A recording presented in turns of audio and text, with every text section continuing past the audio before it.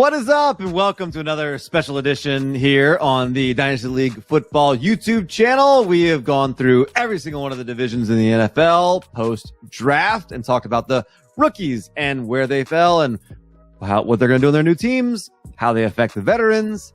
And today we find ourselves in the NFC West.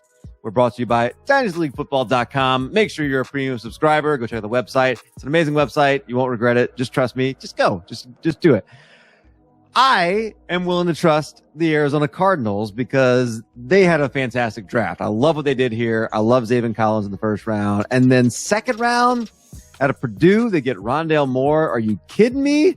Why even worry about any other offensive weapons when you can take him in the second round? And they didn't. They didn't take anybody else. So all about Rondale Moore and what he can do to this offense. What do you think about the move, Tyler? I love it. I love it. Rondale Moore was one of my favorite wide receivers in this class. But before the draft, I was like, Rondale Moore is going to go on day 3. And we know what happens to wide receivers on day 3. It's very sad. But then he went on in round 2 to the Cardinals. And I was like, oh, yes, paired with Kyler Murray. I love it. No, I was so excited. I couldn't have been more excited. I mean, we know DeAndre Hopkins is the number 1 target, but they don't have a number 2 target. They have the corpse of AJ Green. Failure.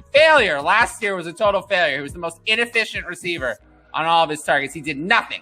So he's totally washed. They have Christian Kirk. Guess what I'm going to say? What has he done? What do we have? 3 years of failure.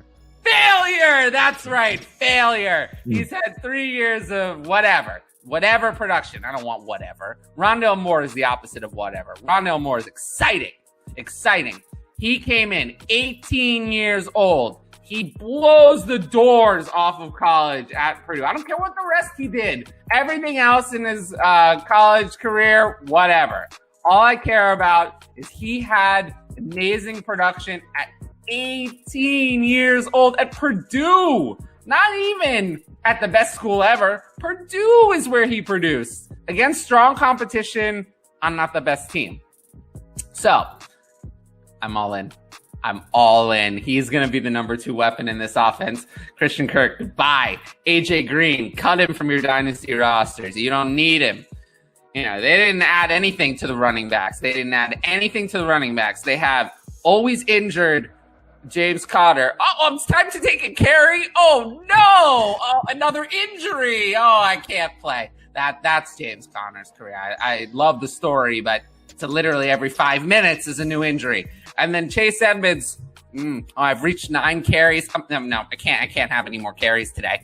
I'm not allowed to have double-digit carries. I've only had those 3 times in my 3 years. Why would he get more carries? So he's not going to get more carries, which means that Rondale Moore is going to be used partially as well in the running game. Let's not forget that in his amazing freshman season, he had 21 carries for 213 yards and 2 touchdowns. I'd love to see that from college wide receiver. And then, that's something that could translate to the NFL. It's something it just could add a little bit of fantasy value. I think he's mostly going to be used as a traditional receiver. They need traditional receivers in this offense. We already know that AJ Green and Christian Kirk don't cut it. So he's going to be used primarily as a traditional receiver. But if we can see a few of these carries, Robert Woods gets jet sweeps in the Rams offense. Are we really excited to see rushing attempts from Robert Woods? No, but he gets them. Imagine Rondale Moore getting those kind of rushing attempts in the NFL. Wouldn't we be excited by that? That's what San Francisco does. In the same division, maybe the Cardinals were looking a little bit across at San Francisco and what they do with their wide receivers when Arizona selected Rondale Moore here. So I'm all in.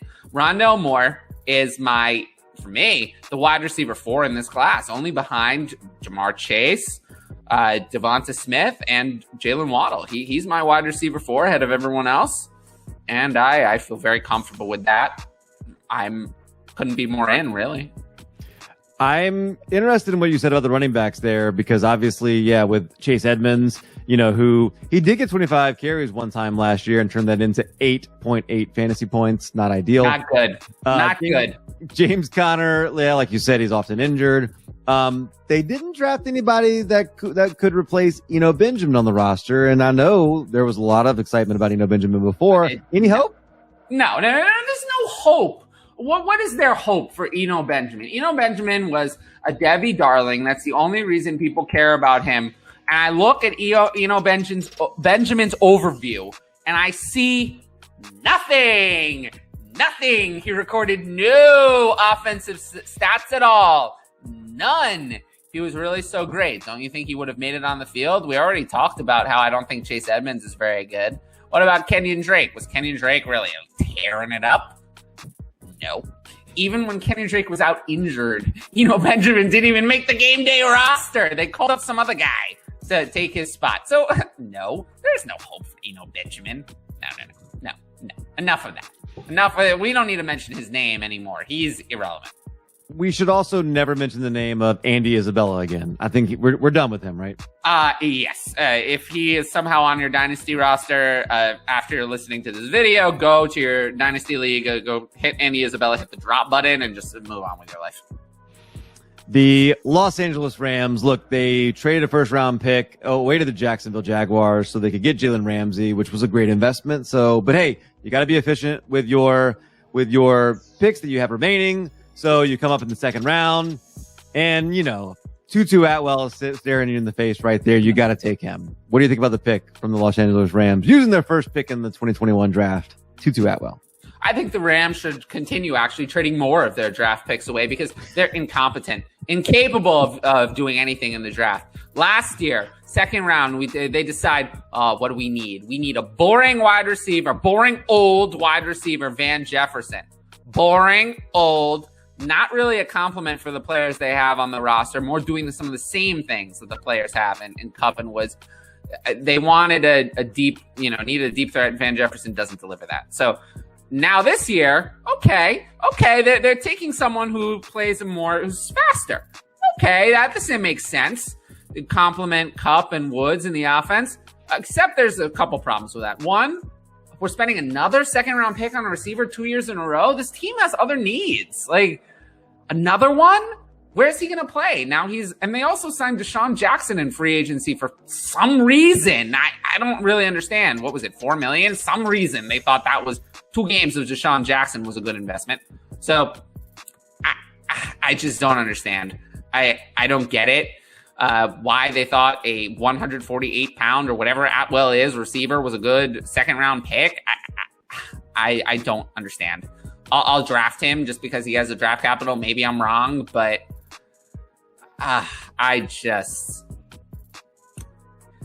failure.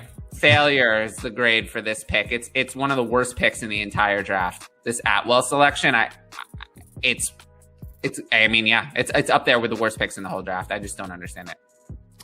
Complete chance to redeem themselves. Round 4, they take another wide receiver, Jacob Harris. Not redeemed. Round 7, Ben Skowronek. Who? Okay. And you know what? Let's add a running back. And you can't fake this. It's Jake Funk. Jake Funk. So let's talk about these people. First of all, Jacob Harris is going to play tight end. So he's going to play tight end. Great. They spent a 4th-round pick on probably going to play tight end. Who really knows what they're going to do? Because there's certainly no room for him to play wide receiver. They have Tyler Higbee. They spent the 4th round last year on Bryson Hopkins. Now another 4th round on a 3rd tight end who isn't any good? What are we doing here? What are we doing? No, I will not be picking Jacob Harris in any of my rookie drafts. Now, moving on to Ben Skowronek. No, I won't be picking him either. Now this is the 7th? Who even knows how many receivers on this depth chart? No, he's not worth a roster spot. Actually, I didn't even rank him. I didn't even rank him in my rookie rankings, so forget it. And then we have Jake Funk. Okay, sure. I'd never heard of him before the draft. Why? This is what they spent another 7th-round pick on to get a running back. That's what they needed. They have Cam Akers. They have Darrell Henderson. Why they need a running back of all things? I mean, I don't know. This is not what I would have done. I would have spent more picks on the defense. They could use some help there. I don't understand. I might select Jake Funk. I don't think Darrell Henderson is very good. So perhaps there's an opportunity for someone to challenge for the backup role behind Cam Akers, but how good is that backup role going to be?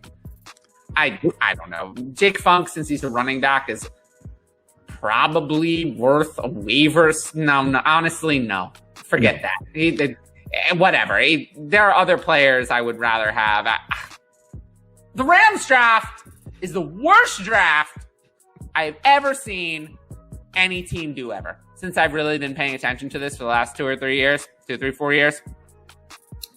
I have nothing good to say about the Rams draft. I have nothing good to say about any of the players they picked. I'm very excited for the players they already had in Matthew Stafford, Cam Akers, Cooper Kupp, Robert Woods. That's it. And I do kind of want to see Robert Woods get handoffs this year, by the way. So he will. I don't mind him getting the ball out of the backfield. Cam Akers, I am pretty excited about him. I mean, wouldn't you be? Yeah, wouldn't anyone be, right?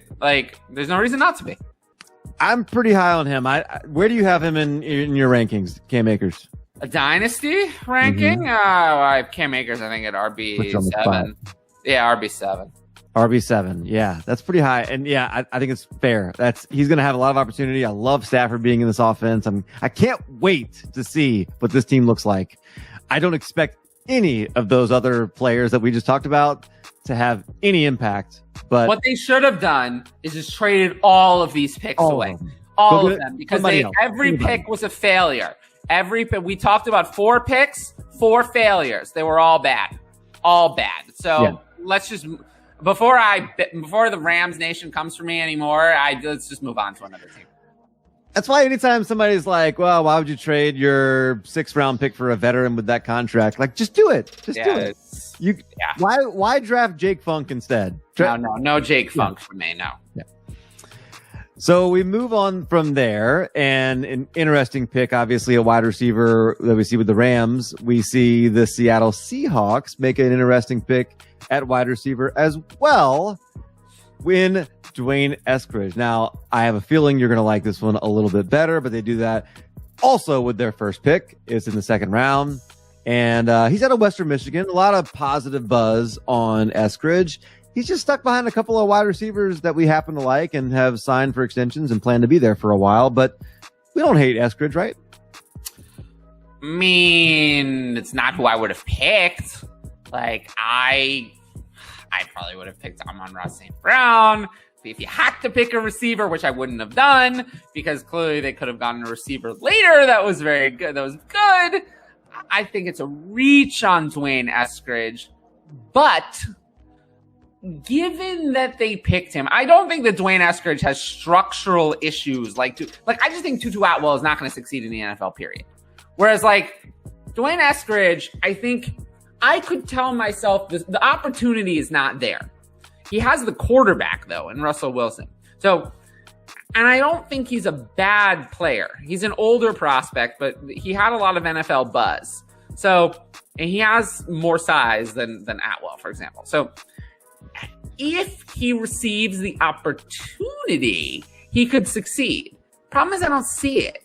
So we'll see what they do. I'm not really a fan of Gerald Everett. So I think they're going to run. This is signaling that they're going to run a lot of 11 personnel. That's what they want. They want Eskridge to be that wide receiver 3 they've never had.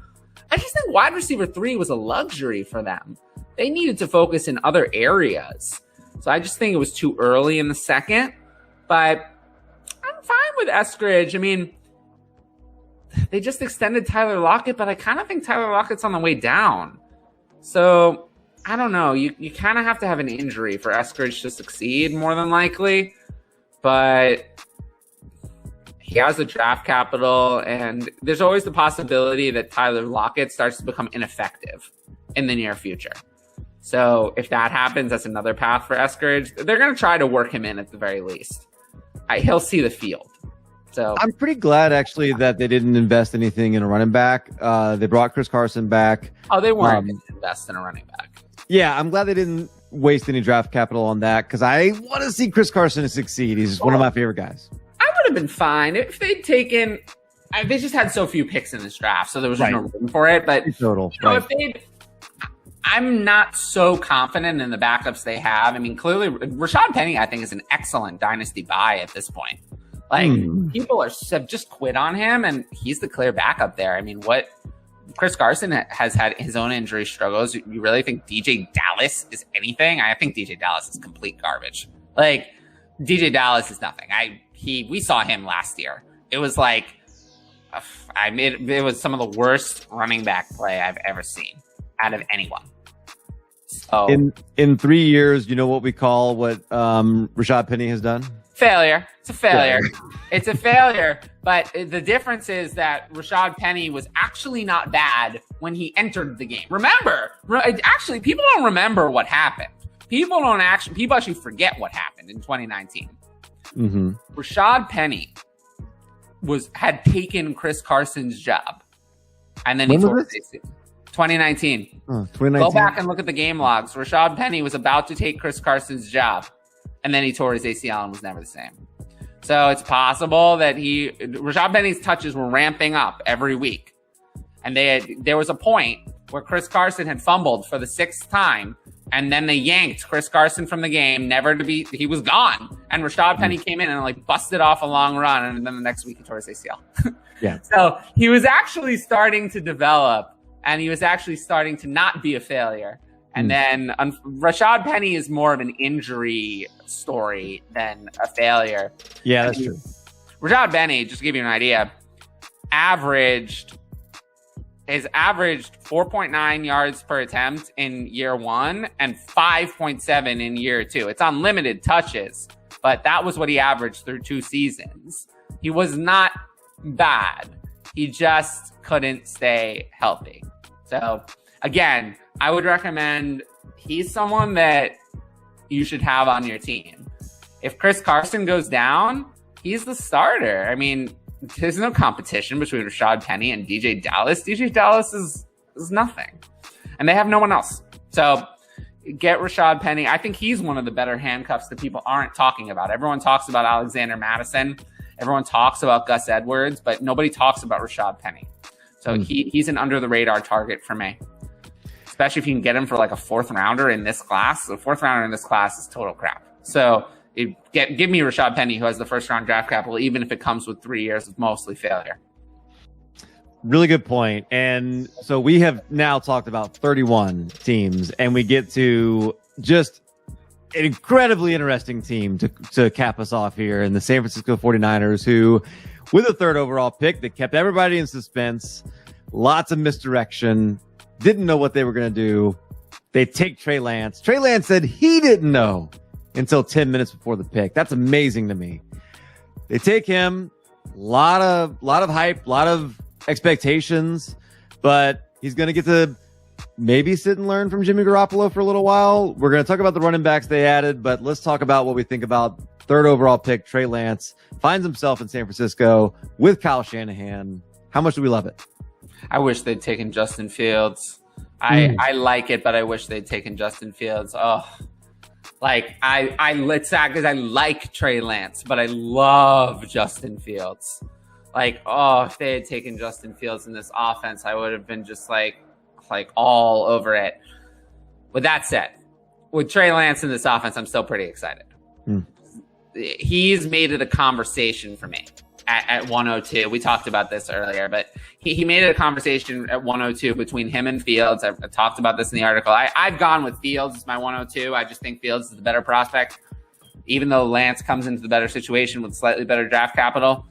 But hey, I mean, if there's any situation for Lance to succeed, it's this one.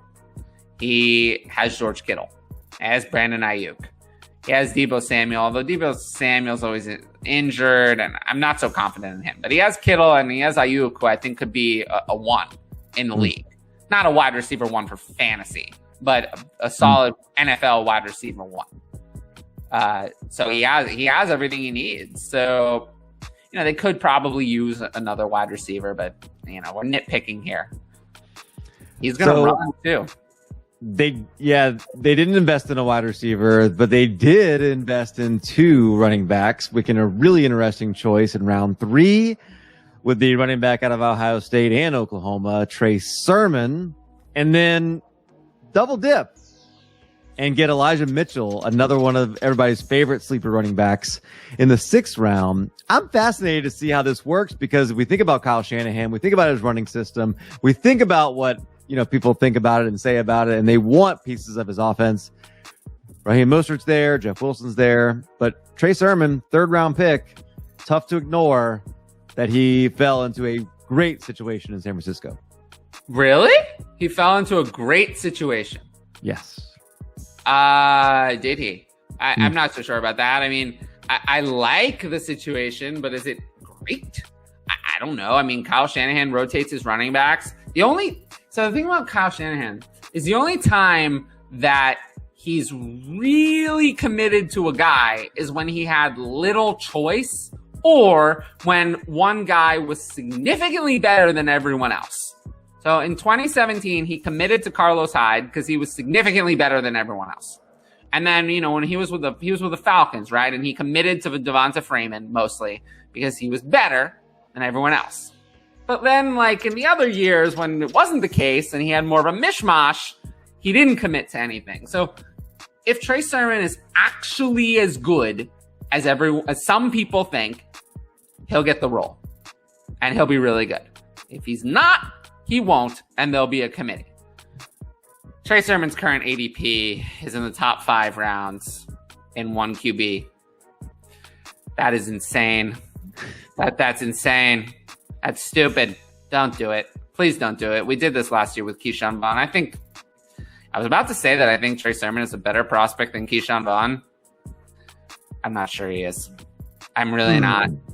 I think what killed Keyshawn Vaughn was not how he was as a prospect. Because it's actually a lot of the same things, right? It's limited success. Limited. How many good games did Trey Sermon have? Look, if you are here, make sure that you are subscribed. Click down below. Just make sure it says subscribed and there's not a button for you to click. Please do it. Do it. And, go ahead, hit the notifications because you're going to want to know every time that we go live and that we have another video. Addison is working hard. You need to support Addison. He's doing it. He's doing an awesome job. He does the recordings by himself. Yes. He does recordings by himself to bring videos to everyone. And they're good. They're really good. And we really need to support him. He works so hard to bring you guys that content.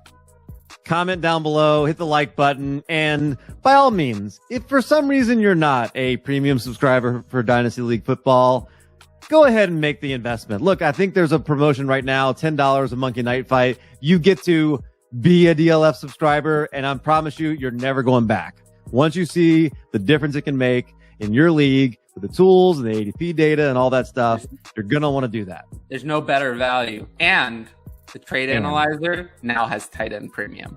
So boom. If you needed one extra little bonus, you now have tight end premium setting available on our trade analyzer. So if you were waiting for that, you now have it.